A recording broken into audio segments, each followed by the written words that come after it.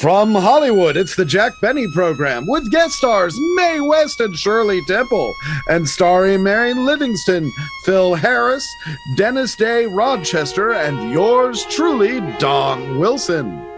Folks, it's been a busy week for our little Jackie boy. Yes, sir. Work, work, work. That's all I do. In addition to last Sunday's show, Jack gave 3 benefit performances for the Society of Tone Deaf Violinists.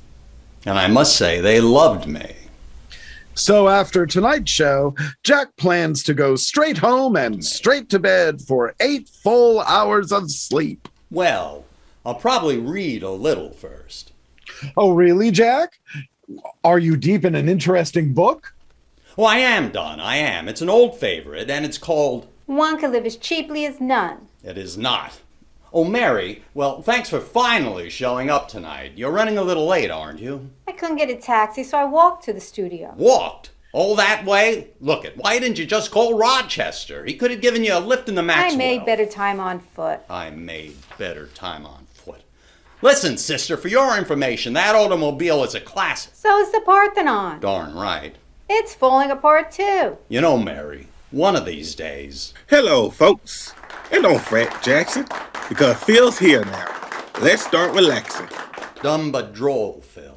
I said dumb but droll. I didn't ask for a drum roll. Yeah, but you gotta admit, the band is on its toes. Not all of them. Hey, guys, pick up Ransley. He's passed out again. This is about the poorest excuse for an orchestra since Nero fiddled while Rome burned. Hey, ease up. That cat got in some hot licks. It's official. The corn is as high as an elephant's eye. Hey, watch it. Some of my boys are Democrats. Most of your boys can't even spell it. Touchy, Jack. Touchy. I think you mean touche, Phil. Nah, a touche what Jack wears on his head. Oh, Don. Yes, Jack? Do me a favor, Don. Read a commercial. Now? Well, I need something to get me out of this conversation. Read, Don, read. Folks, in tight economic times... Now you're talking my language. In tight economic times, here's a grand way to stretch $1. Dissolve 1 packet of any flavored Jell-O in a quart of Canada Dry ginger ale. Allow to set for 1 hour. Then carefully fold in a cup of grape nuts flakes. Shred 1 pack of Lucky Strikes and top with the tobacco. If your family doesn't agree that that's the most tempting dish to come along in years, I wouldn't be the least surprised. Don, excuse me, but that sounds terrible. Just try it, folks. And you'll find it keeps you going and going. Don, something like that could be dangerous. It could even kill you. Oh, no, Jack. Why, those ingredients have kept you going for years. It's going to be one of those shows. Thank you, Don. Oh, Jack, shouldn't I introduce our little guest star? Oh, that's right. She ought to be able to get this show back on track. $1 says she can't. Dennis Day! I thought you were sick. Are you all right, kid? I'm lots better. My mother insisted I come to the studio, but my doctor told me not to strain my voice, so I can't sing tonight. You can't sing? Then why in the world did you even bother to come in? My mother told me I had to. Now she's sick. Oh, well, Of me. Well, it must be going around. Now I'm sick of you, too. Stick around, kid. Don, announce our guest, please. Jack, it's my pleasure to introduce Miss Shirley Temple. Well, look at that. Shirley, welcome to our show. Hello, Mr. Benny. I have to say, you've got a lot of energy. We're looking forward to having you join us in the sketch tonight. Thank you. I'm positive we'll have a wonderful time. Well, you can stop tap dancing now. Mr. Mayor told me not to. He said I might need to make a quick getaway. Well, dance back to your dressing room and someone will give you your cue. We shoot in pool? It's not that kind of a cue. Mr. Benny, you owe me $1. I owe you $1? Better get him to write that down and sign it. You keep out of this. Why do I owe you $1? Fair's fair, Jack. Dennis bet you when you said the show would get back on track. So it's so far off the track you can't even hear the whistle. Here's your lousy dollar. Now I can pay the premium on my State Farm insurance. We did that gag already. Look it, I'll tell you what, I'm reading a Sherlock Holmes book, okay? We're going into the sketch. No more jokes about my hair tonight or the Maxwell or how cheap I am. Or my weight. Or my drinking. Good night, folks. Jack's out of material. I am Yeah, not. there's still his violin. See, smarties? And as it happens, a violin plays a big part in our sketch. Don, set the scene for us. We take you back now many years to London, England. Outside, a thick fog fills the streets. On each corner, a gas street lamp glows. We walk down a cobblestoned way and pause before a handsome Georgian building. On the door, brass numerals read 221. This is the famous Baker Street. From a window on the second floor apartment, number 221B, we hear the strains of music. Music that tells us the world's first and greatest consulting detective is in, Mr. Sherlock Holmes. That's enough for tonight. Shall I put the violin away? Holmes? Yes, my dear Watson. My name is Dr. John Watson. And you thought I was going to play Holmes. Tricky, aren't we? Anyway, for many years, I was a friend and colleague of the brilliant detective Sherlock Holmes. I was his biographer, and in return, he allowed me to share his apartment and didn't charge me any rent. And don't forget the free violin lessons. And he threw in free violin lessons, too. The adventure that I am about to unfold took place on a foggy night in London town. Yeah, it had me low. It had me down. Now cut that out. I viewed the evening with alarm. When Holmes grew moody, he sometimes thought about charging me rent, so I tried to divert his attention. Oh, Holmes, why don't we visit the British Museum? It's lost its charm. But wait, Watson. What would you say if I told you that a client will come to our door in a few seconds? She's a young lady, quite cheerful, with a great fondness for ships and lollipops. You couldn't possibly know that, Holmes. It was a good thing that I didn't bet him a shilling. My dear fellow, if you would be so kind. Certainly, Holmes. Hello, you must be Sherlock Holmes. I'm in terrible, terrible trouble. Come in, come in. Let me pull up a chair for you. Sit down, my dear, and tell us all about it. Well, Mr. Holmes, I'm in terrible, terrible trouble. You made a little mistake. I am Sherlock Holmes. This is my friend and colleague, Dr. John Watson. I was about to explain that, my dear. So you're in trouble. Oh, Mr. Holmes, Dr. Watson, I'm in terrible, terrible trouble. What is it, my dear child? I forgot all my lines except that one. My word, that is terrible. And if we don't help her, it's trouble. We'll have to stop without the second commercial. And you won't get paid. Yipe! Oh, miss, young lady, what's your name? I'm Shirley Posh Person. Shirley Posh Person?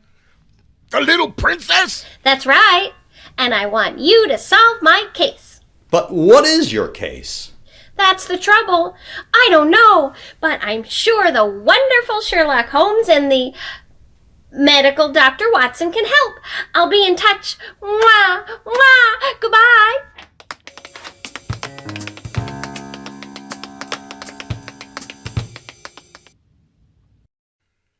My. She may have a rotten memory, but she sure can dance. She must like you, Watson. Now, how do you deduce that, Holmes? She gave you a lollipop. Quickly, Watson, the game is afoot. A what? We have to investigate. Come with me.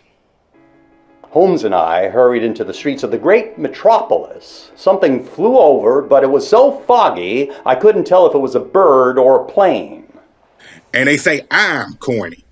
Phil, you're not even in the script yet, for heaven's sake. Where was I? Oh, yes. We stopped at a corner, and Holmes said, Watson, hail us a handsome cab. "Well, that one seems pretty attractive. Oh, cabby." Yes? Drive us to the nearest hive of scum and villainy. Oh, get in, gentlemen. I'll take you by way of Hyde Park. "Are you crazy? They're working on the street there. It's all torn up." Yes, but I want to see how my mother's feeling. "We don't have time to stop at your mother's house." Oh, she doesn't live there. She's the foreman on the road gang. "Oh, for crying out loud. Does this go on long?" No, it's just a short cameo. "Well, thank heaven for that. Drive on, cabby." We arrived at a low tavern called the Wretched Hive. As Holmes stepped down to the curb, I paid the driver. That'll be 1 bob, 6 halfpenny farthing. Well, let's see. Here's a bob. A 6 a halfpenny. Well, I don't seem to have any farthings. Can you change a threepence? Change it? I don't even understand it. Oh, well, here you are. And keep the change. What's wrong with your horse? You tip me. He always shies at something he's never seen before. Toodaloo. This way, Watson, and be inconspicuous. These are tough, rough characters. I suspect one of them might know something. Inconspicuous. Right you are, Holmes. Welcome, gents. What do you have? Oh, are you the barmaid? I ain't the little princess. Name your poison. I'll have a small gin and tonic. I'll have a lemonade. A lemonade. Are you kidding? No, I like lemonade.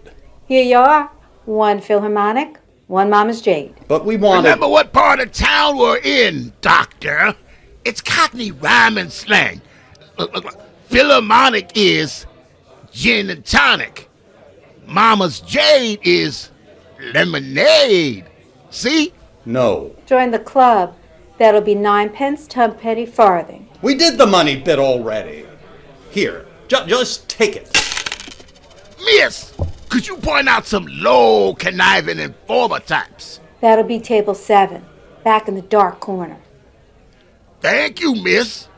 Watson, I see 3 people at that table.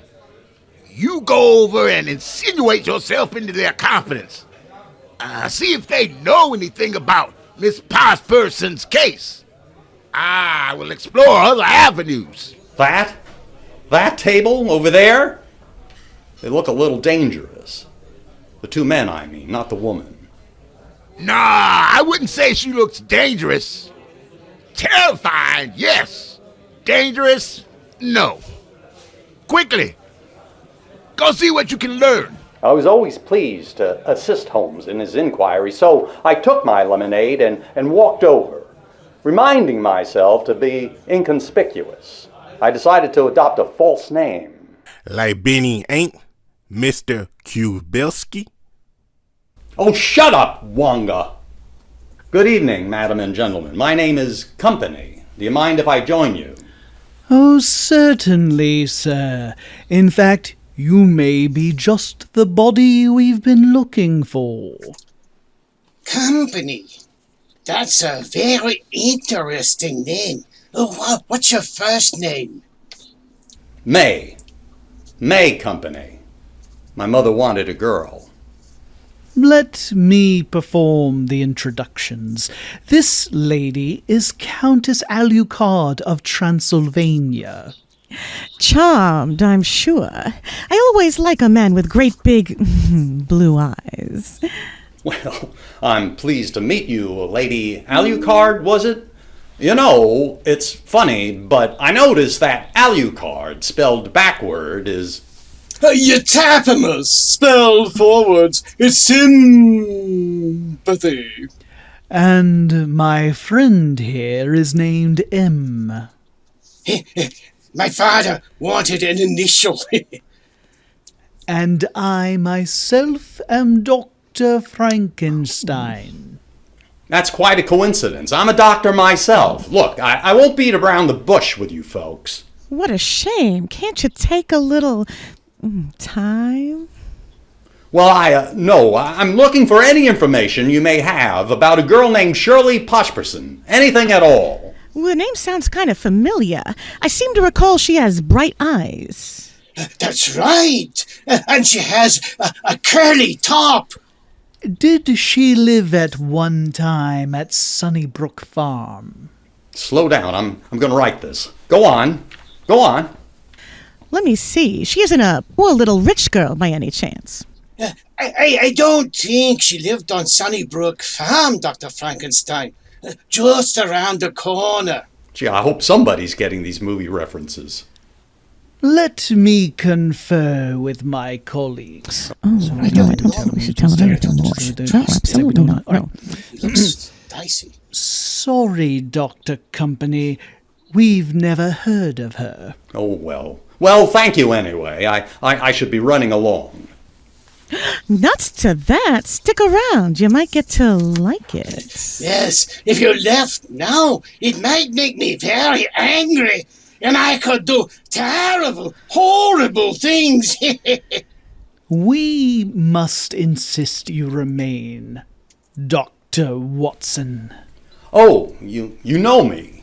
Of course we do. Now you're destined to remain here with us. Oh, take a gander at who just sashayed through the door. Hey, Henry, over here. It's him! It's him! Welcome, Henry. We thought you weren't coming. What? Me? Miss our party? Nah. My cab got delayed. The pavement's a mess near the park. So we took a detour through that quaint little place. You know the one. Well, if I have to ask it, I will. What quaint little place? Do-wop diddy. It ain't no town, and ain't no city. Do-wop diddy. Now cut that out! Well, Dr. Watson, we won't need you after all. Now that Dr. Jekyll is here, we have our fourth for bridge. And a fifth even. Yeah, you know all about fifths. Watson, come. I'll solve the case. Well, I'm glad somebody knows what's going on, brother. On the way back to Baker Street, Holmes refused to say a word. We arrived and went up to our apartment where he took up the violin.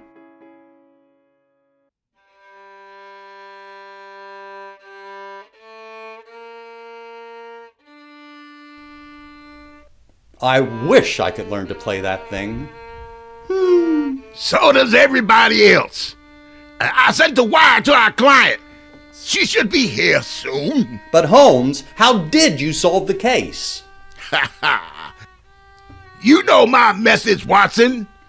What do you make of it? Well, Miss Patterson's called the Little Princess, and we are in England. She's too young to be a daughter of Queen Victoria. The Queen does have 9 children, so Miss Patterson could be a granddaughter. If she's using a false name, that might be because she was struck on the head by a falling brick and has amnesia.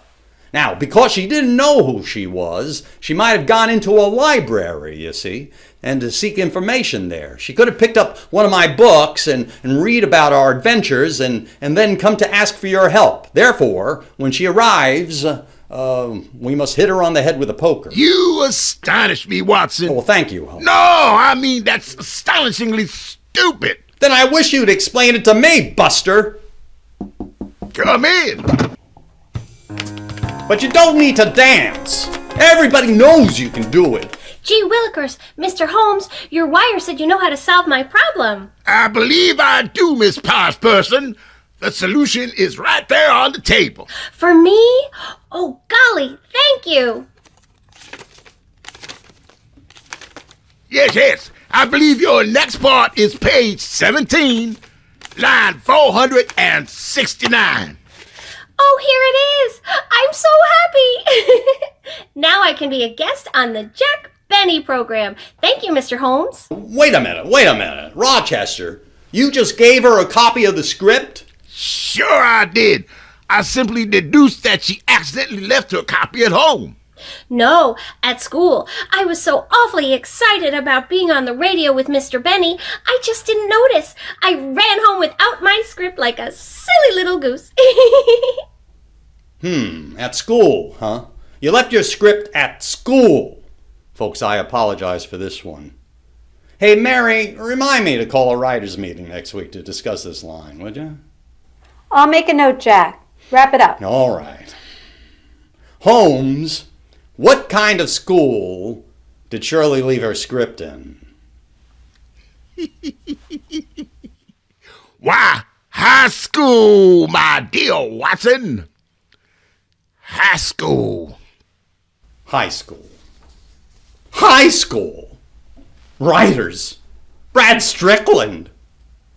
Well, that's our show anyway. Thanks to our cast, Mary, Don, Phil, Dennis, and Rochester, and a special thanks to our guest stars, Shirley Temple and Miss Mae West. Remember, everyone, we fought wars to keep this country free and united. Please don't let hatred or prejudice ever separate us. And whatever you do, don't make that dish in the commercial. It'll kill ya.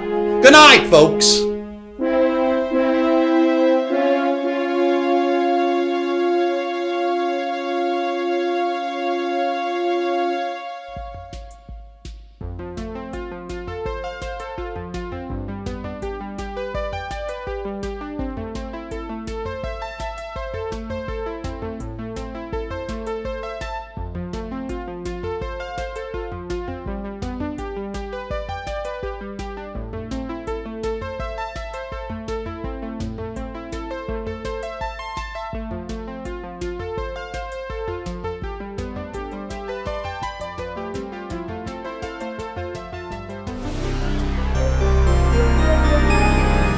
Please visit our website at www.artc.org for more information, to see our schedules of live performances, to buy our studio productions, and to make donations. The Atlanta Radio Theater Company is a non-profit charitable organization, so all donations are tax deductible, and we thrive on the kindness of fans just like you.